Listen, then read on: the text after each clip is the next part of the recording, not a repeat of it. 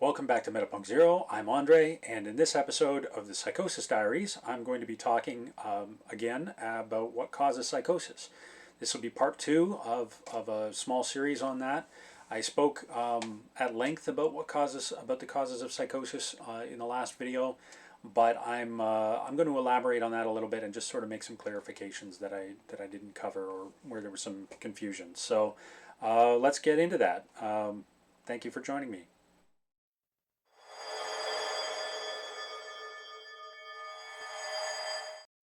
Okay, so what causes psychosis? Revisited.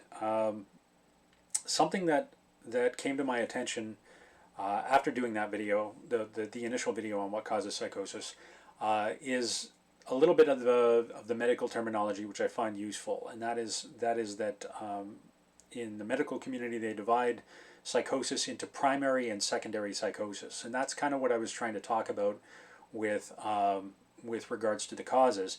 So primary psychosis is psychosis that has a psychiatric label or cause, and that's things like schizophrenia, schizoaffective disorder, psychotic depression, bipolar disorder, all those sorts of things. And I want to talk, that'll be what the bulk of this video is about. I'm going to talk about those things. But secondary psychosis is all the other stuff that I was listing, all the physiological and sort of medical causes that can lead to psychosis that isn't, all the things I just mentioned. So that's things like sleep deprivation, starvation.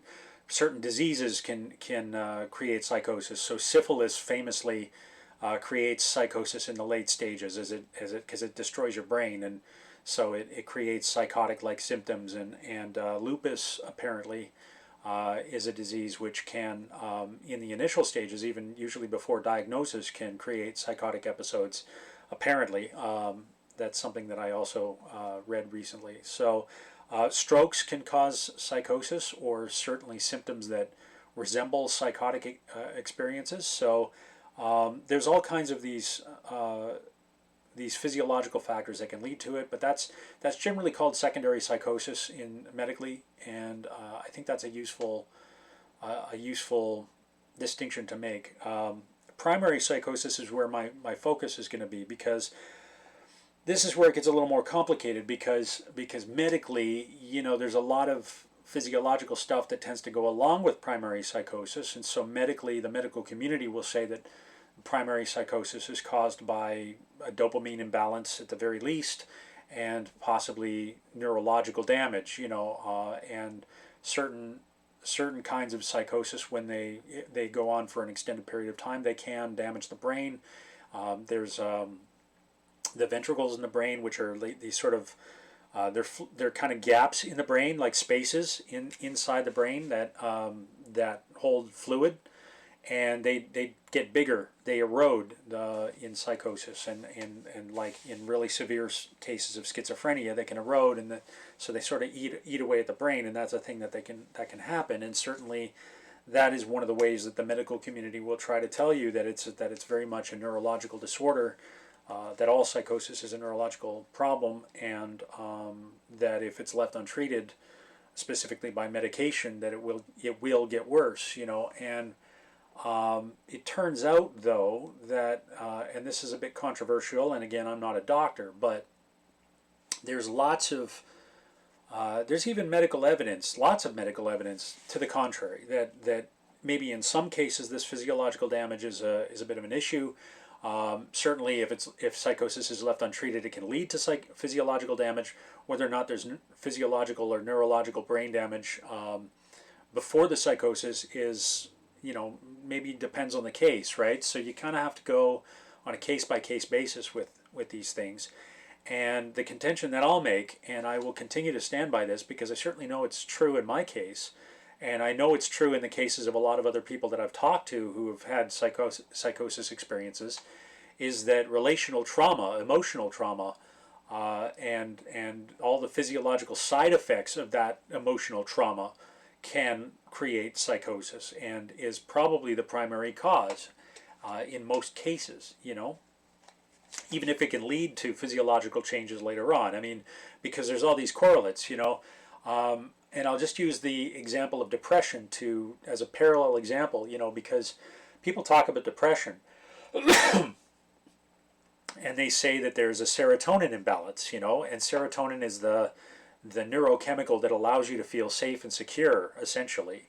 And if you're feeling safe and secure, then you can feel playful and it can be creative, and there's all sorts of creativity that comes with serotonin. That's why like psychoactive compounds like psilocybin and LSD, they act on the serotonin system, and they help you make connections, right? And those connections are sort of the creative inputs of the brain and of the mind, but that's correlated with serotonin.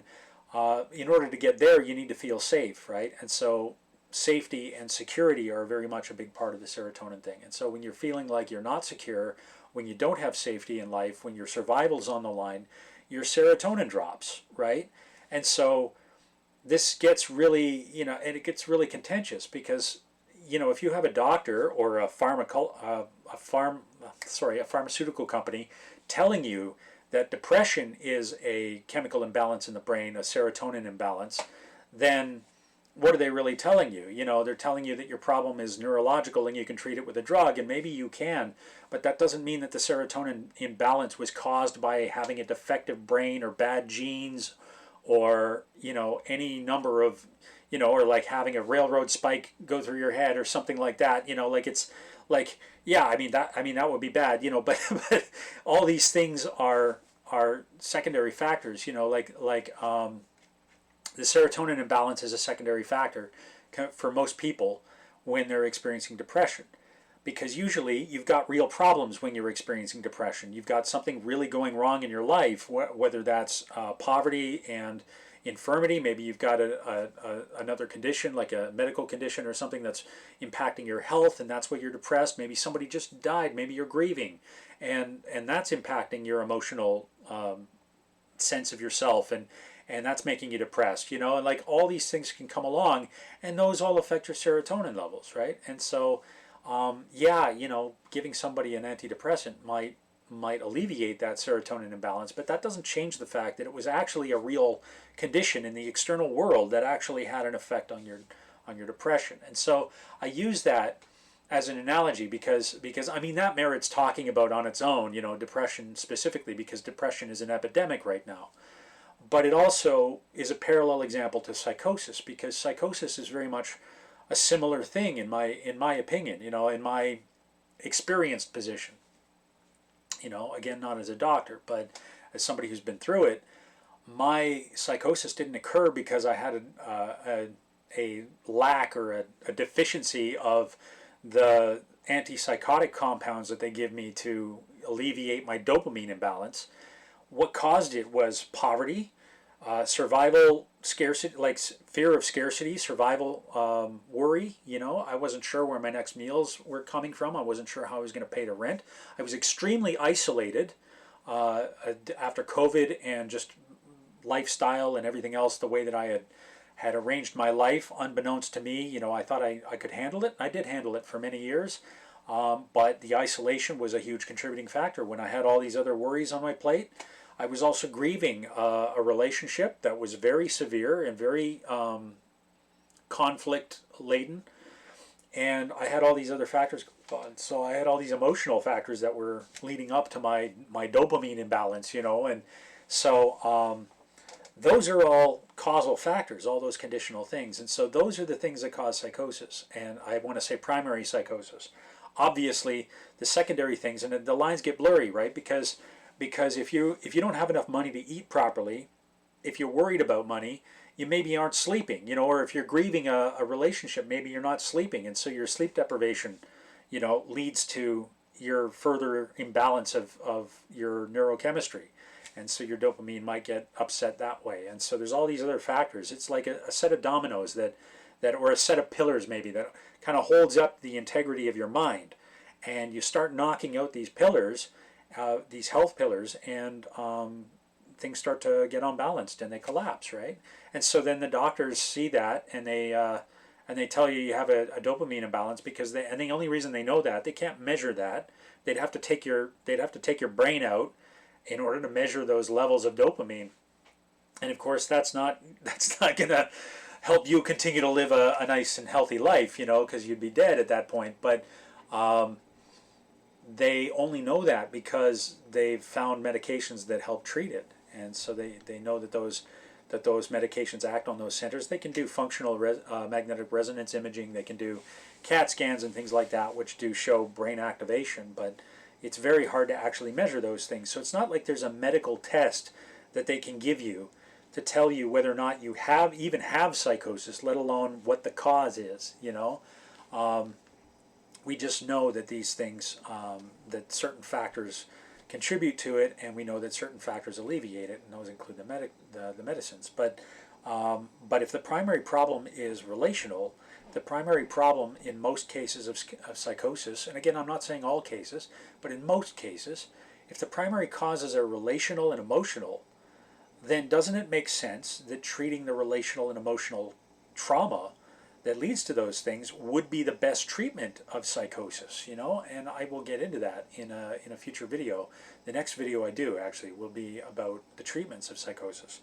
Um, but anyway, so that's all this stuff, all this politics that leads into it. And I just wanted to make that distinction because I think it was a bit confusing when I tried to sort of delineate the difference between primary and secondary psychosis. I didn't have the terminology at the time. Um, but what else did I say in that other video? I just, speaking of relational trauma, like what is that? You know, that's things like childhood PTSD or complex PTSD. They're both categorized as CPTSD. Um, but you can have, which is basically like ongoing emotional trauma that like for an extended period of time. It's not like one event like regular PTSD where you have like one really traumatic event or maybe a small series of really traumatic events, and you get flashbacks and memory problems, and you get all these things with acute PTSD. But complex trauma is something that's sort of ongoing over the course of like living in a really toxic or tumultuous, chaotic environment where this sort of instability is ongoing, and it makes it very hard to regulate your emotions and certainly your neurology, right? Like, so your brain gets dysregulated by particular kinds of circumstances, and we call those triggers. And you know, a lot of people are familiar with those things because CPTSD is rampant in our culture. And part of the problem of that is that our culture is very emotionally illiterate. It doesn't understand uh, how to read and understand people's emotions, how to read the subtext of a situation and balance things.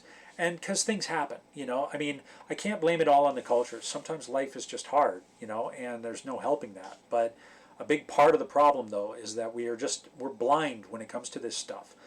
I think kids today, people today have much more vocabulary for about this stuff, for talking about it, because we have had 100 years of psychology and therapy and all these things that sort of introduce us to concepts that are getting there. But we really need to continue to refine that understanding, and older generations really don't have a good understanding of this stuff.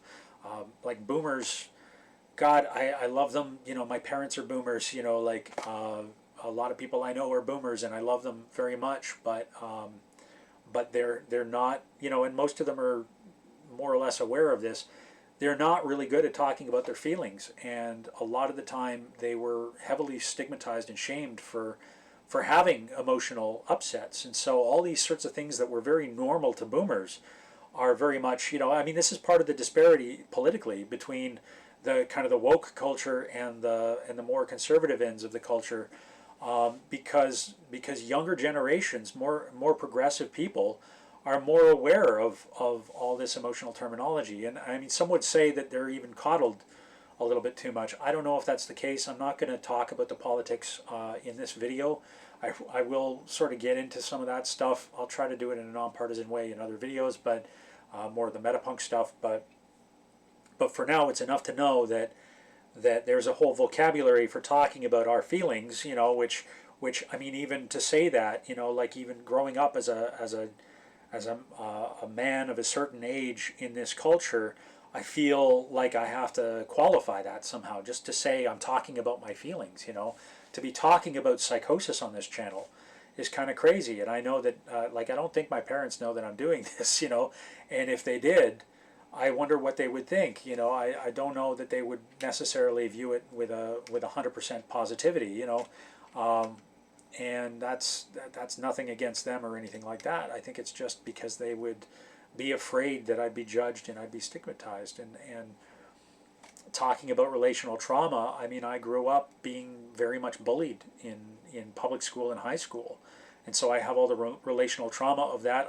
I've already dealt with shame and stigmatization, and so I might as well talk about my psychosis too, because that stuff created the psychosis and the stigma of keeping it quiet and trying to, or keeping my depression quiet, keeping my shame quiet, keeping all the emotions and the feelings that I had repressed because I had been abused in many arenas, you know, but particularly in public school, even by teachers.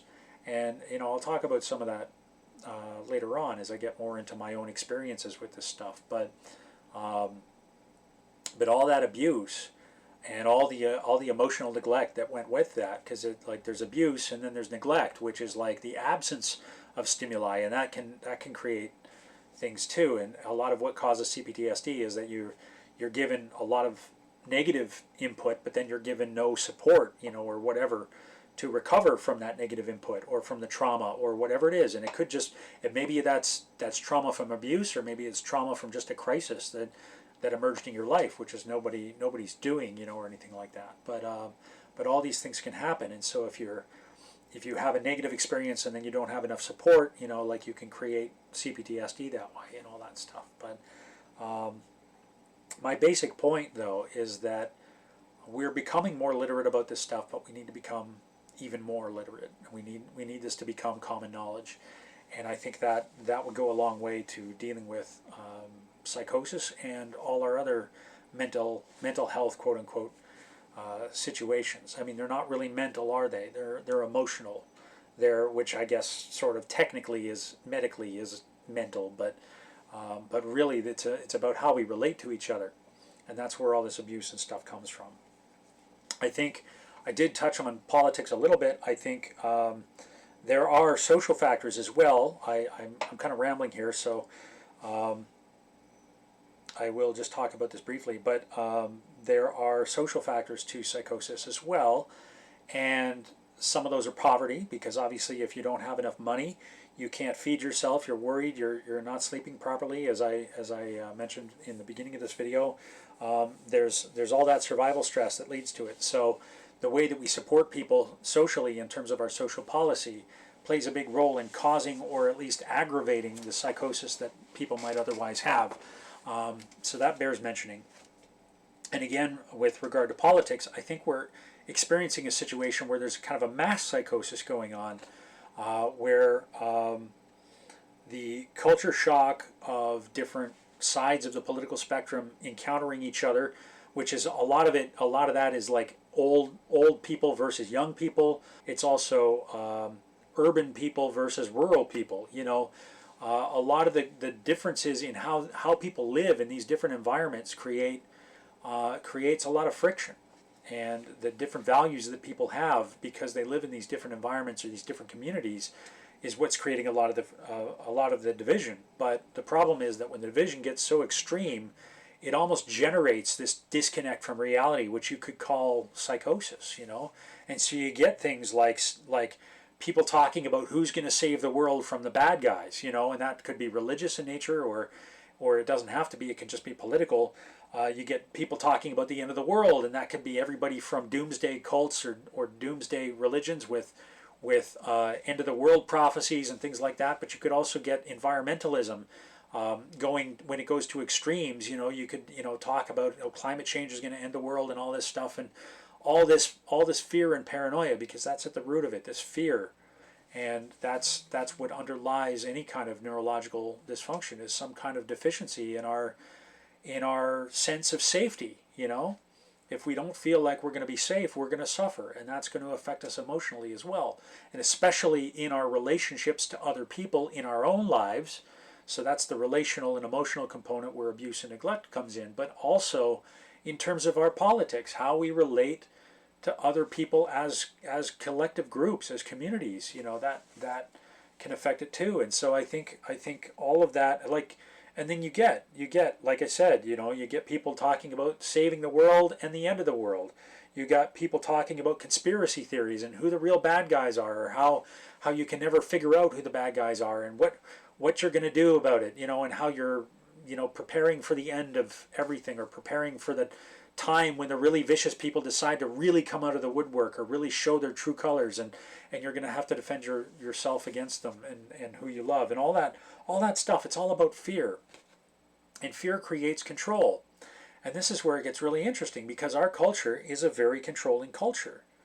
It's very addictive. It's very much driven by survival fear. And now I think we're reaching this critical mass of all of that fear coming to a head, and generations of it boiling to the surface, and generations of emotionally illiterate people trying to get along with each other and often failing, and all the war and all the trauma, all the difficulty, all the various, like, natural disasters even that have happened to humanity over the centuries, they're all adding up, because they all make a mark on the culture. And if we don't have the emotional tools to properly deal with those things, then that trauma builds up, and it builds up generationally, because the children of subsequent generations have what their parents weren't able to solve, plus their own stuff, and then they pass that along to their kids and their kids and their kids. And so in some ways, we're not all, like, it's hard to blame anybody in all of this. We're all kind of born into it, and we do the best we can, but you can see how these things build up over generations, and that includes all the ways that humans can be awful to each other, and it includes all the ways that life can just be unpredictable and sometimes not fun. But I think we are really at a point where our culture is very much disconnected from the natural world.